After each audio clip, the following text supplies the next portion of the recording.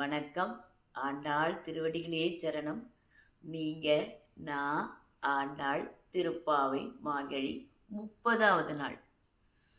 இன்னைக்கு நான் உங்களை இந்த திருப்பாவை எல்லோருக்கும் திருப்பாவை நான் எடுத்திருக்கிற சிறிய முயற்சியில் 30வது நாள் இந்த முறை நான் கடைசியாக சந்திக்க போகிறது இந்த கான்செப்டில். ஸோ எனக்கு தெரிஞ்சதெல்லாம் உங்ககிட்ட பகிர்ந்துக்கிட்டதில் எனக்கு ரொம்ப சந்தோஷம். போகி திருநாள் ஆண்டாள் இதை எங்கே சொல்லிட்டா? 5வது பாசுரத்தில் சொல்லிட்டா. போய பிழையும் புகுதருவான் நின்றனவும் தீயினில் தூசாகும் செப்பேலோ ரம்பாவாய். எல்லாம் தீயில போயிட்டோம், போனதெல்லாம் போயிடட்டும் அப்படின்னு சொல்லிட்டா இல்லையா? அப்படி நம்மளுடைய இத்தனை வருஷம் இத்தனை நாள் நம்ம சொல்லாமல் இருந்திருந்தோம்னா இந்த திருப்பாவையை அதெல்லாம் போயிடட்டும். இந்த 30 நாள்லேருந்து வாழ்நாள் முழுக்க இந்த திருப்பாவையை சொல்லணுன்றதுக்காக இந்த போகி திருநாள் வந்திருக்கு. இந்த போகி திருநாள் போகங்கள் எல்லாத்தையும் உங்களுக்கு கொடுக்கணும், எல்லா போகங்களும் தரக்கூடிய நாள்ன்றதால தான் ஆண்டாள் ரங்கமன்னாருக்கு திருக்கல்யாணம் நடக்கிற நாள். ஆண்டாள் போன பாசுரத்தில் அவள் எல்லாத்தையும் கேட்டு பெற்றுட்டா. எற்றைக்கும் 7 பிறவிக்கும் அவள் அல்டிமேட்டாக எதை கேட்கணும்னு நினச்சாலும் அதை கேட்டு பெற்றுட்டா. அதை எப்படி பெற்றா? என்னது இந்த திருப்பாவை? இது ஒரு கதை சொல்லி, ஆண்டாள் ஒரு கதை சொல்லியா மாதிரி நம்மளுக்கு கதை சொல்கிறா. எப்படிப்பட்ட கதை சொல்கிறா? என்ன பண்ணணும், நம்ம எதுக்காக இந்த பூமிக்கு வந்திருக்கோம், என்ன பண்ணணும், திரும்ப எப்படி அந்த பெருமாளை அடையணும் அப்படின்றதுக்கான வழிமுறைகளை கதை கதையாக சொல்லிகிட்டே வரா. நம்ம யார்கிட்ட கேட்டால் நடக்கும்? நாராயணனே நமக்கே பறை தருவான். அவன் தாண்டா நமக்கு வாக்கு கொடுக்க முடியும். நாராயணனை பிடிச்சிக்கோ அப்படின்னு சொல்லித்தரா. என்ன பண்ணணும், என்ன பண்ணக்கூடாது, செய்யாதன செய்யோம், தீக்குறளை சென்றோதும், ஒருத்தரை பற்றி புறம் சொல்ல மாட்டோம், உன்னையே புகழ்ந்துருப்போம். முக்கியமானது டூஸ் அண்ட் டோன்ஸில் இல்லையா? உன்னுடைய நாமாவை புகழ்வோம் அப்படின்றது டூஸ். இன்னொருத்தரை பற்றி புலம்ப மாட்டோம். எங்கள் வாழ்க்கையை பற்றி புலம்பாமல் இருந்தாலே பாசிட்டிவிட்டி வந்துடும் இல்லையா? ஸோ அடுத்தது என்ன சொல்கிறா? இப்படி எங்களுக்கு மட்டும் இல்லை, எங்களை சார்ந்தவங்களுக்கும் நல்லதே நடக்கும். இந்த மாதிரி ஒரு விரதம் இருக்கிறதில்ல, நம்ம ஒரு நல்ல விஷயம் பண்ணும்போது நம்மளுக்கு மட்டும் இல்லை எல்லாருக்கும் சேர்ந்து நடக்கும் அப்படின்றத சொல்லி காட்டுறா. அப்புறமா என்ன பண்ணுறா? உள்ளுணர்வை தட்டி எழுப்புறதுக்காக அங்கே ஆய்ச்சியராக மாறிடுறா. அவ அங்கே போயிடுறா கோகுலத்துக்கு. ஒவ்வொருத்தரும் ஒவ்வொரு மாதிரி அப்படின்றத ஒவ்வொரு கதையாக சொல்லிட்டு வரா. ஒவ்வொரு கேரக்டரும் வாழ்க்கையில் பலதரப்பட்ட மனுஷங்க இருப்பாங்கன்றதுக்காக அந்த விதங்களை நம்மளுக்கு எடுத்து சொல்லிக்கிட்டே நேரம் என்ன பண்ணுறா அப்படின்னா, நம்மளுடைய வாழ்க்கையில் ஒரு கோல் வச்சுருக்கணும், அதுக்கு சிலதை கடைப்பிடிக்கணும், வேண்டாததை ஒதுக்கிடணும், நல்லவங்க துணையோடு இருக்கணும் அப்படின்றத புள்ளின் வாய்க்கின்றால சொல்கிறா. அதுக்கு அடுத்து என்ன சொல்கிறா? லீடர்ஷிப்பை எடுத்துக்கோ கையில் அப்படின்றத சொல்கிறா. எதை பண்ணனாலும் நீ அந்த விஷயங்கள் லீடர்ஷிப் எடு. லீடர் முதல்ல தன்னை பொறுப்பாக உணர்வான், அதனால் ரெஸ்பான்சிபிலிட்டியை எடு, நானே தானா எடுகன்னு ஒத்துண்டுடு அப்படின்னு சொல்லித்தரா. நீ எதை எடுத்தாலும் உனக்கு முன்னோடியாக ஒரு குருவை கையில் பிடிச்சிக்கோ அப்படின்றத தான் நப்பின்னை பிராட்டியை காமிச்சு கொடுக்குறா. குருவோடு சேர்ந்து நேரம் நீ போகும்பொழுது அந்த பரம்பொருள் கிட்ட போகும்போது யூனிவர்ஸ் கிட்ட கரெக்டாக ப்ரிசைஸாக நிறுத்தி நிதானமாக கேளு, எது வேணுமோ கரெக்டாக கேளு அப்படின்னு சொல்கிறத தான் அவன் நேராக பெருமாள்கிட்டே எனக்கு பறை கொடு, எனக்கு சங்க கொடு அப்படின்னு நிறுத்தி நிதானமாக ஒவ்வொன்றுத்தையும் கேட்குறா. தனக்கு தேவையானதை கொஞ்சம் கொஞ்சமாக கேட்டுகிட்டே வரா, படிப்படியாக கேட்டுட்டு வரா. அப்போ யூனிவர்ஸ் கிட்டே இதெல்லாம் கேட்ட அவளுக்கு நடக்கும் பொழுது அதுக்கு தேங்க்ஃபுல்லாக என்ன பண்ணுறா? கூடாரை வெல்லம் சீர் கோவிந்தால வா, என்னோட சேர்ந்து இந்த சந்தோஷத்தை அனுபவி, தேங்க்யூ அப்படின்றத சொல்கிறா. அதே மாதிரி தான் வாழ்க்கையில் நம்ம ஒரு முயற்சி எடுக்கணும். டெஸ்டினேஷன் தானாக போய் சேர்ந்துருவோம். வழி முழுக்க அதை விட்டுறக்கூடாது. ப்ரொசீஜர்ஸ் முறைகள் முக்கியம்னு ஆண்டாள் கற்றுத்தரா. அந்த ப்ரொசீஜரோடு அதை ஃபாலோ பண்ணி அது வழியாக போய்கிட்டே இருந்தோன்னா டெஸ்டினேஷன் தானாக வந்துடும். அந்த டெஸ்டினேஷன் வரும்பொழுது கூட எந்த இடத்துக்கு வந்தாலும் யூனிவர்ஸ் கிட்ட ஃபுல்லஸ்ட்டு சரண்டரில் இருக்கணும். நீ தான் எல்லாம், நீ தான் எல்லாம், நான் எதுவுமே இல்லை. ஏன்னா எந்த ரிசல்ட் வந்தாலும் ஏற்றுக்கிற மனப்பக்குவம் வரும். முயற்சி மட்டுமே நம்முடையது அப்படின்னு. ஏன்னா நம்மளுக்கு அதை விட ரொம்ப பெரிய வசந்த விஷயங்களை யூனிவர்ஸ் வச்சுருக்கலாம். ஸோ அந்த நம்பிக்கைக்காகவும் ஆண்டாள் நமக்கு இப்படி எல்லா வழிமுறைக்கு சொல்லி கொடுத்துட்டே வரா. ஸோ இதை ஸ்பிரிச்சுவலாகவும் சரி, வாழ்வியலுக்கும் சரி, நம்மளுடைய கலாச்சாரம், நம்மளுடைய பக்தி, ஆன்மீகம்ன்றது வாழ்வோடு இணைந்தது அப்படின்றத ஆழ்வார்கள் நாயன்மார்கள் எல்லாரும் சொல்லி கொடுத்துருக்காங்க. ஆண்டாளும் திருப்பாவையில் நம்ம வாழ்க்கைக்கு கடைபிடிக்கக்கூடிய எளிய முறைகளாக கூட நின்று கையை பிடிச்சிட்டு போகிறா அம்மா. ஸோ ரொம்ப சந்தோஷம். அந்த அம்மாவோட கையை பிடிச்சிக்கிட்டு குழந்தைங்களா நம்ம வாழ்நாள் முழுக்க இதை செய்யணுன்றது தான் என்னுடைய வேண்டுகோள். இது இன்றைக்கான பாசுரம் வங்க கடல் கடைந்த மாதவனே கேசவனே அப்படின்ற பாசுரம். என்னாச்சு? அதான் நேற்று போன பாசுரத்தில் சொல்லிட்டீங்களே, எல்லாம் கிடச்சிருச்சு, எட்டரைக்கும் ஏழு ஏழு பிறவியும் தந்தேன் அப்படின்னு அதையும் பெருமாள் தந்துட்டாரே, இனிமே என்ன இருக்கு அப்படின்னா, இந்த ஸ்லோகத்துக்கு பேர், இந்த பாசுரத்துக்கு பேர் பலஸ்ருதி. அதாவது கதை கேட்டுகிட்டே வந்திருக்கோம் இல்லையா? இந்த சாதாரண கதை கேட்டால் அது அப்படியே காத்தோடு போயிடும்.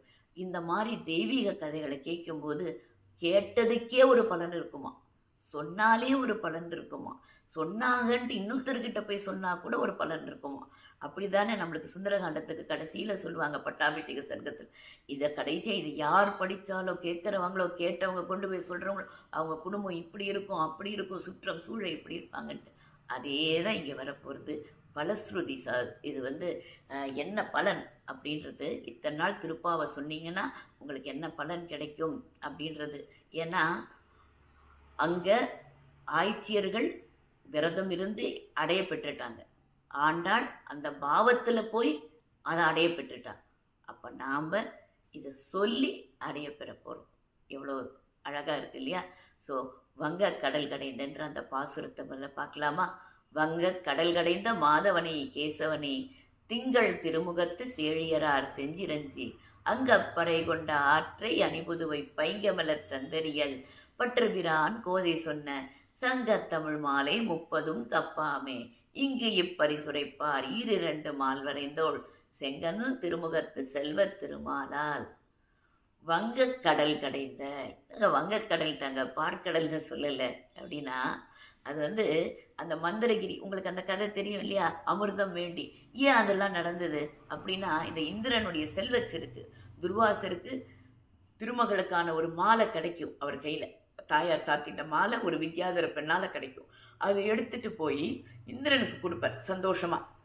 அவன் ஐராவத யானை மேலே திமுறா உட்காந்துட்டு அதோட அங்குசத்தால் இப்படி வாங்கி அதை தலைமையில் இப்படி வைப்பானான். அது என்ன பண்ணுவான், தும்பிக்கையில் எடுத்து அது என்ன மூடில் இருந்தோ தெரியல போட்டு காலில் உதச்சி இது பண்ணிடுவான். பெருமாளுக்கு சாத்தின மாலை, தாயாருக்கு சாத்தின மாலை நீ இப்படி பண்ணியான்னு சொல்லிட்டு என்ன பண்ணுவார், அவர் கோவத்தில் உன் செல்வம் எல்லாம் போகட்டும் அப்படின்ட்டு கடலில் கொண்டு போய் வச்சிருவார். அவ்வளோதான். அவன் ஒன்றுமே இல்லாமல் ஆன உடனே தேவர்கள் எல்லாம் ஒன்றும் இல்லானோடனே அசுரர்கள் தலையெடுக்க ஆரம்பிப்பாங்களாம். அப்போ அவங்க போய் பெருமாளை ரொம்ப வேண்டி கேட்ட உடனே பெருமாள் என்ன பண்ணுவார், வாசுகின்ற மத்தை வச்சு அந்த மந்திரகிரி மலையை வச்சு கடைவார் இல்லையா? கயிறா வச்சு வாசுகிய கயிறா வச்சு மந்திரகிரி மலையை மத்தா வச்சு கடையும் போது என்ன ஆகும் அப்படின்னா, 2 பக்கத்துக்கு நின்று கடைஞ்சதும் இல்லாமல் மலை அந்த உள்ள அழுந்தி போகுமா. அந்த மலை இப்படி தழும்பி இப்படி தெரியறது தான் மரக்கலங்கள் கப்பல்கள்லாம் இருக்க மாதிரி இருக்கிறதால பார்க்கடலையே வங்கக்கடல் அப்படின்ட்டாங்களாம். ஸோ அது உள்ளே போயிட்டு அழுந்தின உடனே என்ன பண்ணுவார், ஆமையா போய் திருப்பி அந்த மலையும் தூக்கி நிறுத்துவாராம். பெருமாள் எல்லாமுமாவும் இருப்பவர் இல்லையா?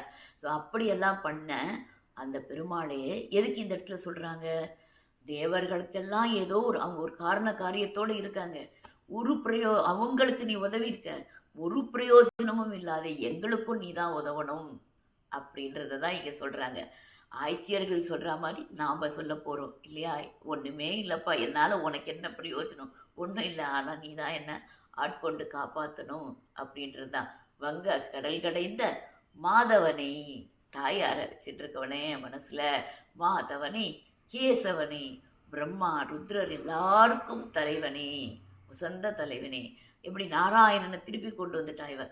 மாதவனே கேசவனே திங்கள் திருமுகத்து சேழியரார் செஞ்சிரஞ்சி. திங்கள் அப்படின்னா அந்த சந்திரன் போல முகம் இருக்கவங்களா, அந்த 5 லட்சம் பெண்கள் வந்திருக்காங்களே, ஆயக்குடி பெண்கள், அவங்க எப்படிப்பட்டவங்க, திங்கள் திருமுகத்து சேயிழையார் அப்படின்னா, அந்த சேயிழையார் அப்படின்றது என்னன்னா அவ்வளோ அழகாக இருக்காங்களாம். எப்படி அந்த பெருமாள்ட்டி தாயார்ட்டி எனக்கு இந்த சூடகமே தோல்வழி இதெல்லாம் போட்டு விடுன்னு சொன்னாங்க இல்லையா? எல்லாம் போட்டுண்ட ஆபரண பூஷிதைகளாம் அவ்வளோ அழகாக இருக்காங்களாம். திங்கள் திருமுகத்து சேழியரார் சென்று இறைஞ்சி போய் கேட்டாங்க இல்லையா? அவங்க அங்கே இருப்போது அந்த கோட்டுக்கால் கட்டில் மேல் இருக்கும்போது, அவங்க இதில் இருக்கும்போதும் சிம்மாசனத்தில் இருக்கும்போது இவங்க போய் கேட்டாங்க. சென்று இறைஞ்சி அங்கே பறை கொண்ட, அங்கே போய் கேட்டு கொண்டு வந்த பறை என்ன பறை, அந்த பாஞ்சசன்யம் பறை மட்டும் இல்லை, 8க்கு 7 பிறவிக்கும் இல்லையா? அங்கே பறை கொண்ட ஆற்றை, அவங்க கிடைச்சதே அந்த கதை. ஆற்றை அணிபுதுவை அப்படின்னா இந்த தேசத்துக்கே அழகு யாருன்னா ஆபரணமாக இருக்கிற அந்த வடபத்திர சாயியும் அந்த பெரியாழ்வாரும் கோதை நாச்சியாரும். அப்போ இவங்க 3 பேருமே அணிகலனாக இருக்கிற இந்த தேசத்தில் அணிபுதுவை பைங்கமல தந்தெரியல் குளிர்ச்சியான தாமரையை மாலையாக போட்டுட்டு இருக்காராம். யாரு? பட்டர் பிரான். யார் அவர்? பெருமாளுக்கே மாமனார், அதனால பிரான் ஆயிட்டார். பட்டர் இப்போ பிரான் ஆயிட்டார். பட்டர் பிரானோட கோதை. என்னதான் இருந்தாலும் அப்பா பெருமை வருது இல்லையா? பட்டர் பிரான் கோதை. கோதைன்றவ யார்? அந்த தாயார் இல்லையா? அந்த மகாலட்சுமி தாயார், அந்த பூமி பிராட்டி நம்மளுக்கு எல்லாத்தையும் சகல சம்பத்தியும் தரக்கூடியதால் அவ பேர் கோதை. பட்டர் பிரான் கோதை சொன்ன சங்க தமிழ் மாலை. எல்லாரும் திரளா போய் அவன்கிட்ட கேட்டு வாங்கிட்டாங்க இல்லையா? ஆயர்குல பெண்கள். அப்படி நாம் திரளா போய் சேவிக்க வேண்டிய விஷயம் இது. அதனால சங்க தமிழ் மாலை. ஏன்னா இதில் ஒரு பாசுரம், ஒவ்வொரு பாசுரம் ஒவ்வொரு மணியாக இருக்கு, ஒரு மாலை. எவ்வளோ அழகில்ல? சங்க தமிழ் மாலை 30ம் தப்பாமே. 30யும் சொல்லணுமா? ஒரு மாலையில் ஒரு மணி வந்துட்டா மாலை தடன்னு ஒடுக்கிடும் இல்லையா? மாலை அப்படியே வச்சுருக்கணும். எப்படி ஆண்டாள் கோத்து கோத்து அந்த ஒவ்வொரு பூவை எடுக்கும் பொழுதும் அந்த பெருமாளோட பேரை சேர்க்கும் போது அந்த பூக்குள்ளே அந்த பெருமாள் போகும்போது அப்படி ஒவ்வொரு மாலை அந்த பூவை கோத்த அந்த மாலை, அந்த பெருமாளையே நினச்சிட்டு இருக்கணும்னு சொன்ன அந்த மாலை, அதை என் வாயால் சொல்லும் பொழுது நான் அணிவேன் அந்த மாலை. நான் அணிஞ்சி அவனுக்கு அணிவிச்சு ஆண்டாளாவே மாறக்கூடிய அந்த சங்க தமிழ் மாலை 30ம் தப்பாமே. தப்பாமல் சொல்லிடணும். இங்கே இப்பரிசுரைப்பார். இது பெரிய பரிசு இல்லை நம்மளுக்கு? ஆமாம் இல்லை? ஆண்டாள் ஆயர்குல பெண்களா அனுபவித்து பேர் அடைஞ்சிட்டா. அதை அவள் சொல்லிட்டு போயிருக்கா, நான் இப்படியெல்லாம் அடைஞ்சிட்டேன்னு. அதை சொன்னாலே நம்மளுக்கு அந்த பேர் கிடைக்கும். எப்பேற்பட்ட விஷயம்! அதில் 30 பாட்டு சொல்லணும். சொல்ல முடியலையா? சிற்றஞ்சிறுகாலையாவது சொல்லவே முடியலையா? எங்கேயான ஒரு நிமிஷம் பெரியாழ்வாரே இதெல்லாம் அனுபவிச்சிங்களே, எவ்வளோ பெரிய விஷயம், அதை நினச்சிக்கோ. அதை நினச்சிக்கிறியா? ஆண்டாளே நீ எப்பேற்பட்ட கோதே அப்படின்ட்டு ஒரு வார்த்தை கூப்பிடும்போது உடனே பெருமாளுக்கு போய் அவள் ஆய்க்கர் குலத்துக்கு போனது எல்லாத்தையும் ஒரு ட்ரெய்லர் படம் மாதிரி ஒரு செகண்ட் நினச்சிக்கோ. அது போருமா? இங்கு இப்பரிசுரைப்பார். இப்படி சொல்கிறவங்களுக்கு என்ன கிடைக்கும்? 2 மால் வரைந்தோள். இப்படி 4 தோள்கள் இல்லையா? அந்த திருமால் 4 தோள்களுடைய அந்த தின்தோள்களுடைய திருமால் என்ன பண்ணுவார்? 2 மால் வரைந்தோள் செங்கன் திருமுகத்து செல்வத் திருமாலால். அப்படி ஒரு பிரைட்டான ஒரு ஃபேஸ் இருக்கும் பெருமாளுக்கு இல்லையா? அந்த கண்கள் அப்படி தாமரை போன்ற அந்த கண்களையுடைய அந்த பெருமாள் செங்கன் திருமுகத்து செல்வத் திருமாலால் எங்கும் திருவருள் பெற்று இன்புறுவர் அம்பாவாய். இதை நாம் சொல்லிட்டோம் அப்படின்னா நம்மளுக்கு இங்கேயும் சரி அங்கேயும் சரி அவன் திருவருளாலும் நினச்சிருவான், நம்மளை முழுமையாக்கி கொடுத்துருவான். இது எப்பேற்பட்ட விஷயம்! வேறு என்ன வேணும் எனக்கு? இங்கேயும் அவன் பார்த்துப்பான், அங்கேயும் என்னை கூட்டிகிட்டு போயிடுவான். நான் திரும்பி பிறப்படுத்தா அவனுடைய சங்கத்திலேயே என்னை வச்சுட்டுருவான். உற்றோமையாவும் உனக்கே நாமாட்சியும் என்னை கெட்டியாக பிடிச்சி வச்சுப்பான். அவனுக்கே நான் திரும்ப திரும்ப சொல்லிகிட்டு இருப்பேன். இன்னும் எத்தனை ஜென்மம் எடுத்தாலும் பிரபந்தம் சொல்லுவேன், நம்மாழ்வாரை ரசிப்பேன், ஆண்டாளை ரசிப்பேன், இந்த 30 பாட்டையும் சொல்லிகிட்டே இருப்பேன். 5 மரியாத மானிடரை வையம் சுமப்பதும் வம்பு அப்படின்னு சொன்னாங்க இல்லையா? இந்த 30 பாட்டு தெரியலன்னா பூமியில் இருக்கிறதே வேண்டாமா. அப்படி இந்த 30 பாட்டை சொன்னால் எல்லாம் கிடச்சிடும் அப்படின்றது தான் இதுக்கான இது. பெருமாள் ஆண்டாளை இன்னைக்கு ஆட்கொண்டு தனக்குள்ளே சேர்த்துட்டா மாதிரி, அந்த திருக்கல்யாணம் நடந்தா மாதிரி நம்ம ஜீவாத்மாவும் பரமாத்மாவோட கிடக்கிற அந்த திருக்கல்யாண வைபவம் இந்த 30 பாசுரத்தை யார் சொன்னாலும் அவங்களுக்கு நடக்கும் அப்படின்றது தான் இதுக்கான பலன். எனக்கு ரொம்ப மகிழ்ச்சியாக இருக்குது. இதை திருப்பி திருப்பி சொல்லணும் போல் இருக்குது. உங்ககிட்ட இந்த 30 பாசுரங்களை விடாமல் சொல்லலாம் நம்ம எல்லாரும் சேர்ந்து. இதுக்கான பலன் எல்லா விதத்திலையும் எங்கும் திருவருள் பெற்று இன்புறுவர் அம்பாவாய். இன்பம்தான் இருக்கும் வாழ்க்கையில். இது மட்டும்தானேங்க எய்ம் பண்ணுறோம். வாழ்க்கை சந்தோஷமாக இருக்கணும், கஷ்டமே இருக்கக்கூடாது. அவ்வளோதாங்க, 30 பாட்டை சொல்லிடுவோம். கஷ்டமே இருக்காது. அவ வழி காட்டுவா, அவ கூட்டிட்டு போவா, அவ கைய பிடிச்சுப்பா. ஆண்டாள் திருவடிகளே சரணம். அவ கெட்டியா பிடிச்சிட்டுருவா. அவ்வளோதான். எனக்கு ரொம்ப ரொம்ப மகிழ்ச்சி. இத்தனை நாள் உங்க கூட சொன்னது, எனக்கு தெரிஞ்சதை, எனக்கு தெரிஞ்ச வகையில சொன்னதை நீங்க எல்லாரும் கேட்டுண்டதுக்கு என்னுடைய மனமார்ந்த நன்றிகள். சிரம் தாழ்த்தி நன்றி சொல்லிக்கிறேன். எனக்கு இந்த குடுப்பினையை கொடுத்த ஆண்டாளுக்கும், எம்பெருமானுக்கும், ஆச்சாரியர்களுக்கும், வழி நடத்துகிற எல்லா பெரியவங்களுக்கும் எனக்கு மனசார நான் நன்றி சொல்லிக்கிறேன். ஆண்டாள் திருவடிகளே சரணம். எம்பெருமானார் திருவடிகளே சரணம். ஜீய திருவடிகளே சரணம். கடல் சூழ்ந்த மண்ணுலகம் வாழ மணவாள மாமுனியே இன்னும் ஒரு நூற்றாண்டிரும். லோகா சமஸ்தா சுகினோ பவந்து. வாழ்க வையகம். உங்கள் வாழ்க்கையில் மகிழ்ச்சியும் ஆரோக்கியமும் அமைதியும் நிம்மதியும் வளமும் வெற்றியும் நிறைஞ்சு பொங்கி பொங்கி வழிய பொங்கலோ பொங்கல்னு உங்கள் வாழ்க்கை நிறைஞ்சிருக்க பொங்கல் தின நல்வாழ்த்துக்களையும் சொல்லி நான் முடிச்சுக்கிறேன். நன்றி, வணக்கம்.